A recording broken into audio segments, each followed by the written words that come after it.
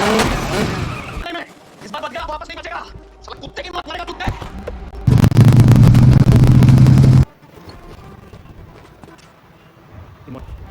كيبدا الفيلم مع البوليسي ديف.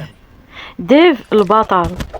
ديف كبر محروم في عائلة هندية فقيرة جدا، لدرجة كان هو وعائلته ما تيلقاو ما ياكلوا.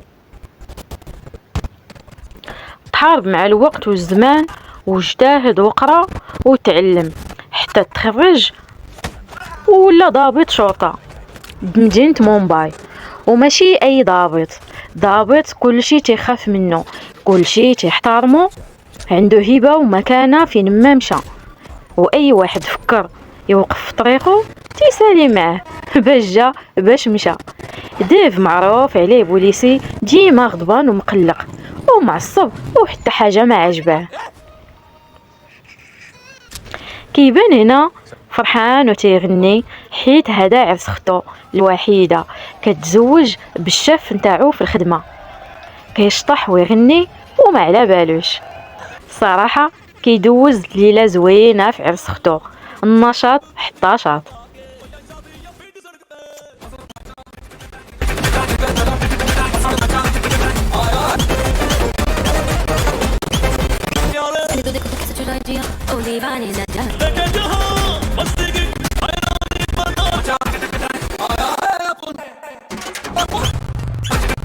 كيسالي العرس وكيشد الطريق لواحد البراج فين تيكون صاحبو خدام.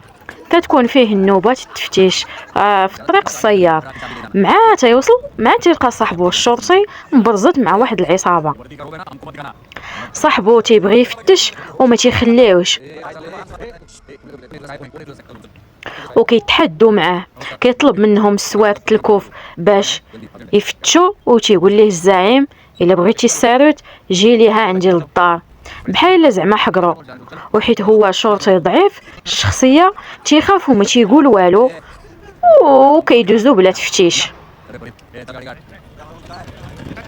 هنا الضابط ديف تيكون تيشوف فيه وشاف كاع داكشي اللي وقع وما كيعجبوش الحال وما كيعجبوش صاحبو اللي تحقر.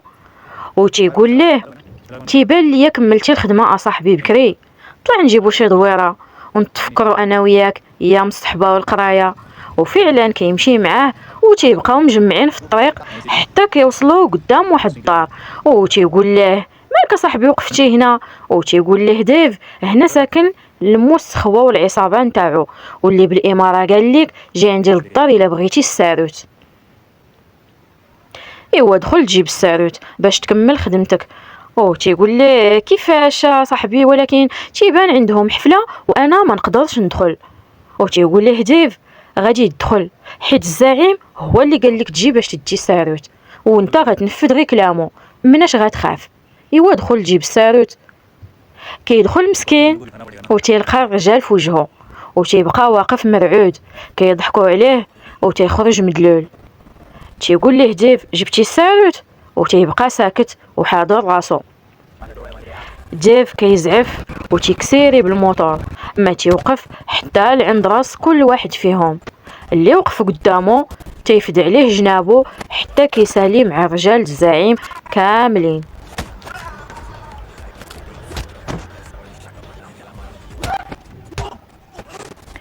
كيوصل حدا الزعيم وتيلقاه كيشطح مع مراته وفرحان بعيد الميلاد ديالها.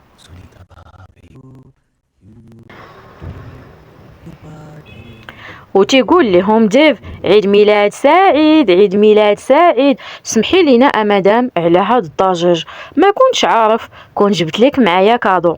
راجلك اللي قال لينا نجيو عنده الا بغينا الساروت.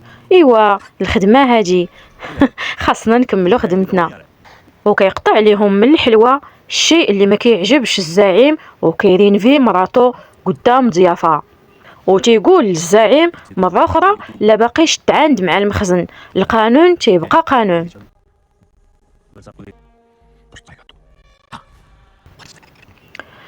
الشحط اللي كلا العصا تيجيب ليه الساروت وتيقول ليه ديف عطيها للشرطي راه تماك وديروها من الاول كون كاع ما تعذبنا معاكم. هنا الزعيم كيتحلف عليه وتيقول ليه غندمك غير بلاتي، وتيقول ليه ديف جري طوالك. تيخرج ديف على الموتور وصاحبو بالطوموبيل الزعيم. الغد ليه في الصباح رجال الزعيم تيجيو للمخفر باش يرجعوا الطوموبيل، وتيبقى ديف كيسخر وكيضحك وشاد بيهم الستون. تيجي الشاف ديال ديف وكيخاسم عليه وتيقول ليه ما عندكش الحق تهجم على الناس في دارهم بلا اذن، دابا ها الصحافه بحراغ غتلقى ما تكتب علينا. ديف كيشد الطريق للجريده وكيدخل عند المدير وكيطلب منه باش يحبس ويحيد داكشي اللي نزل في الجريده مكتوب عليه، ولكن المدير كيرفض وتيقول ليه حنا كنديرو غير خدمتنا. وديف كينوض وكيهبط عليه بقجه وكيزيرو مزيان، حتى كتبان واحد الصحفيه وتتقول ليه ماشي حيت ضابط غيكون عندك الحق باش تهجم وتهدد. كيف ما انت كتطبق وكتدير خدمتك حتى حنا كنطبقو وكنديرو غير خدمتنا، وما عندكش الحق باش تحبسنا. وتيقول لها ديف ما عندكمش الحق تنزلوا الصوره ديالي وتلفقوا ليا تهمه ما كايناش، وانتي كصحفيه محترمه خاصك تحققي من الموضوع عاد تكتبيه. وتتقول ليه الصحفيه يمكن ليك تمشي في حالك. وديف تيسكت حتى تكون البنت عاجباه نوعا ما، وفعلا كيمشي في حاله بلا ما تيقول لها حتى كلمه. من بعد تيمشي وتيخلط على المجموعه من الضباط حتى تكون عندهم واحد المأموريه غيشدوا واحد العصابه ارهابيه، مع كيدخلوا مع كيتفرقع كل شيء، وتقريبا كاع الضباط مشاو فيها محروقين الا ديف كيتصاب بجروح خفيفه. وبابا الصحفيه تيكون حتى هو كيحتضر حيت كان معاهم، كيحتضر في المستشفى وتيقول لهم كانت العمليه غدوز بخير، تيبان ليا كاين شي خائن وسطنا. وتيشوف فيه ديف وهو مقلق وتيقول ليه انا فخور بنفسي حيت غنموت وانا كندافع على بلادي. كيخرج ديف من بعد ما سمع هاد الهضره باش يشرب الماء وتيكون زعفان، حتى كيلقى الصحفيه كتبكي وتتقول ليه انا فخوره بالاب ديالي، عاش حياته هو متفاني في خدمته وكان تيحب هاد البلاد وعاش وهو كيدافع عليها وكيطبق القانون واخا كانت ديما الظروف ما كتساعدوش. وتعرف ديف باللي باباها هو اللي لداخل وتيكون مصاب بحروق من الدرجه الاولى. ديف من بعد ما كيدوز اكفاس نهار كيمشي عند صاحبو الشرطي باش يبدل الروتين شويه، ولكن الاب صاحبو تيعكنن عليهم الجو حيت تيكون ما تيحملش ديف حيت ماشي من المستوى ديالهم.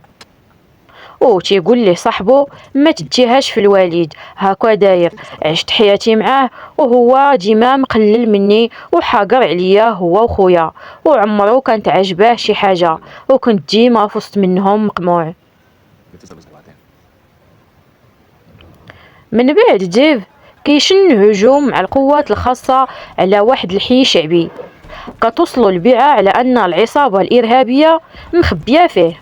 مع كيدخلوا للحي كيصيفطوا كاميرات الدرون باش يشوفوا الارهابيين فين بلاصه كاينين، ولكن للاسف العصابه كتشوف الكاميرا وكيطيحوها بالرصاص وتيهربوا.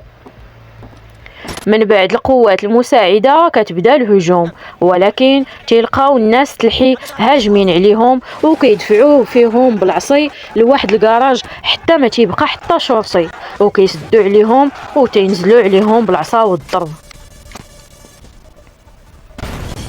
تيبقى غير ديف وصاحبو بوحدهم في مواجهه ما بين الناس تلحي اللي هاجمين عليهم وما بين تيقلبوا على الارهابي بوصلعه.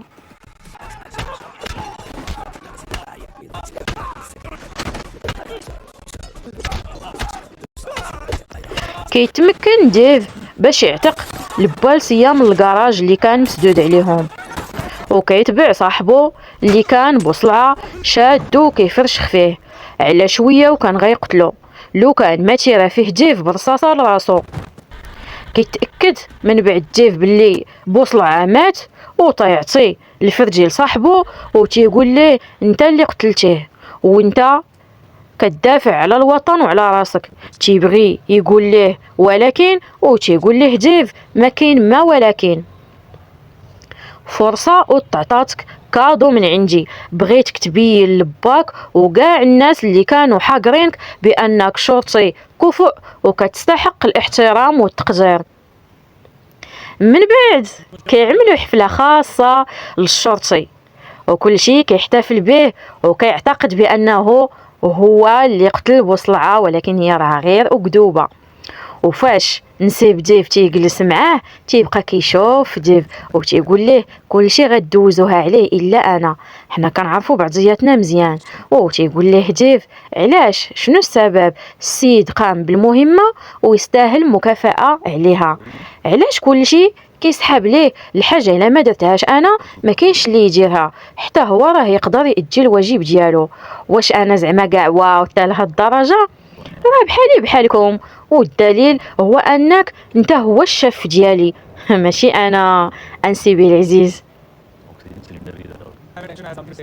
وفي هاد اللحظه تيكون الشرطي فرحان وتيقول لهم بهاد المناسبه بغيت كل شيء يفرح معايا، وانا كنعلن الخطوبه ديالي، بغيت نتزوج باطيب انسانه عرفتها في حياتي. كيلبسها الخاتم وكل شيء تيفرح ليه. الغد ليه تتكون عنده الحفله ديال التكريم، غيتسلم لوسام على الخدمه اللي قام بها، حتى كتجي فيه رصاصه في البلاصه بطيحتو بموتو مسكين، باقي ما شاف ما تشوف، ما كاينش اللي ما تيبقى فيه، كلشي كيتألم الموت ديالو. كيعملوا تحريات وكيبدا الجرا والسكرتيح والتقلاب تيخصهم يعرفوا شكون اللي قتلو.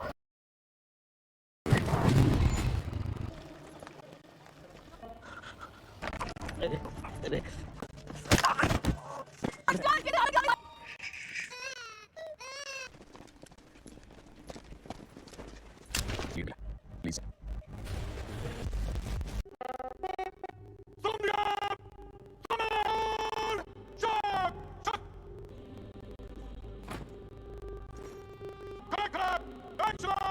بالليل تيكون ديف راجع لدارو وكيتصل بالشاف ديالو وتيقول ليه لقيت قتال صاحبي، وفي الصباح غنحط المعلومات، راني جمعت الملف، ولكن للاسف كتوقع عليه كسيده وكيفقد الذاكره، ما باقي تعقل على حتى حاجه. وفاش تيجي عنده الشاف المستشفى ما تيعرفوش، تيوريه الباج البوليس وواخا هكاك ما تيعقلش عليه. فاش تيخرجوا من المستشفى كتصل به اختو من التليفون تراجلها وكطمئن عليه وتتقول ليه اسمح لي ما جيتش عندك اخويا حيت منع عليا بسبب الاجراءات الامنيه. كيهضر معاها عادي حيت ما عقلش عليها ولا على حتى صوتها.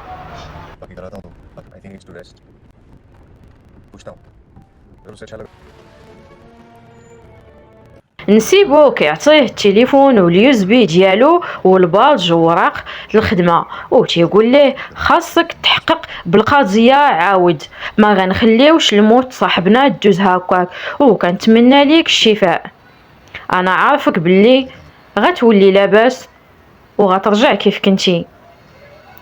كيدخل ديف لدارو وتيشوف الكسوات الخدمه وكيطالع على البيسي وتيلقى الملف القضيه اللي كان خدام عليه، ولكن ما تيفهم والو. من بعد تيكون خارج مع نسيبو، كيجيبو البلاصه فين وقع ليه الحادث، الله يتذكر شي حاجه وتيقول ليه من هاد البلاصه اتصلتي بيا وخبرتيني بانك لقيتي القاتل، كنتمنى انك تبدا تتذكر ولو غير شي حاجه. وتيقول ليه ديف انا ما عاقل على والو، وتيقول ليه الشاف انا كنثق فيك وفي القدرات نتاعك، وكيف ما لقيتي القاتل في الاول انا متاكد غتعاود تلقاه.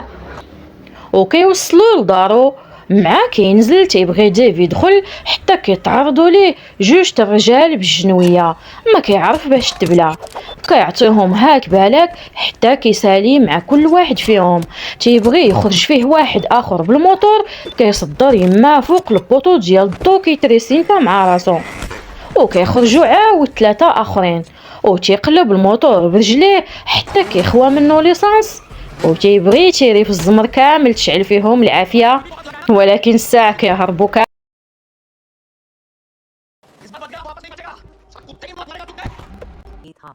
تيكون عنده موعد الزياره مع الطبيبه، وتيقول ليها خايف نبقى هكا ما بقيتش شاد حتى لعبه، وتتقول ليه الطبيبه ديالو ما تخافش راك في تحسن وانت قوي وما غيكون غير الخير، وقريب ترجع كي كنتي وحسن. كتعطيه امل وكيفرح وكيرجع للخدمه نشيط وفرحان، لابس اللباس الرسمي ومحلق ومسم، كل شيء تيبقى مندهش منه ومن التغيير اللي هو فيه، حيت مكالمي ومهدن وكيهضر بادب ماشي كيف ما موالف غير تيكشكش ويسب ويخاسم. كيدخل المكتب كيعمل اجتماع وكيبدا في التحريات من الاول، استجواب واستنطاق مع كاع المشكوك فيهم، وفين ما بان شي مشبوه كيتبعوه حتى كيشدو. وحتى خطيبة المرحوم ما تيخليهاش فالته، ولا باه ولا خوه كيعمل معاهم حتى هما لونكيت. ولكن خطيبة المرحوم تيكون عندها واحد الفيديو مخزون في الواتساب عملوا المرحوم بليله قبل ما يموت، وفاش ديف كيتفرج فيه كيشوف كيفاش المرحوم كان فرحان باش يلقي الكلمه يوم الاحتفال، وكان موجد خطاب باغي يهضر فيه على صاحبه اللي كان ديما مدعمه وتيوقف معاه في الايام الصعيبه، وكان ليه سند في الضعف، وكيعتبره نعم الرفيق والصديق والاخ. من بعد ديف كيطلع على تليفونه وتلقى محادثات في الواتساب كتبين انه ماشي ساهل، كان تيلعب في النوار مع البنات والعصابات. من بعد كيدبر على واحد المجرم كان قناص حرايفي مع العصابات، وتيقول ليه جيتك باش تحلل معايا كيفاش رصاصه قدرات توصل للمرحوم بلا قناص، وتيقول ليه سهله، من هاد المباني اللي قدامكم يمكن نعملو بندقيه كتخدم بالمؤقت، وغيكون المجرم 100% هي اللي استعمل، ريقلها بالوقت وتلقى الرصاصه في الوقت اللي حدد.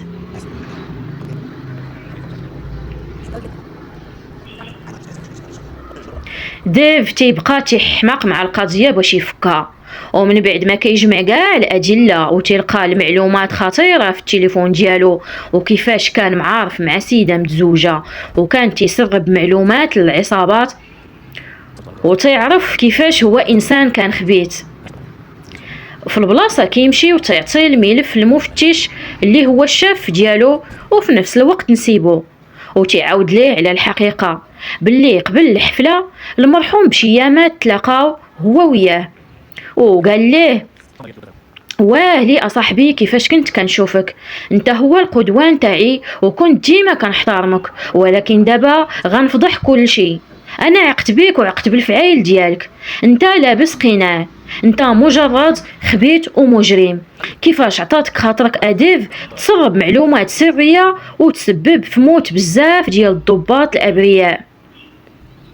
تيقول ليه جاوبتو باللي كانت غير مره وحده ركبني فيها الوسواس، والصراحه تغريت بالمال اللي عرضوا عليا العصابه، وقلت ليه انا كبرت محروم وكان الوالد معذبني بالقسوه والجفاف وقلت الشي، شحال من نهار نعست بالجوع والحرمان، وقلت ليه انت ما غتحسش بيا حيت حليتي عينيك ولقيتي باك موفر لك كل شيء.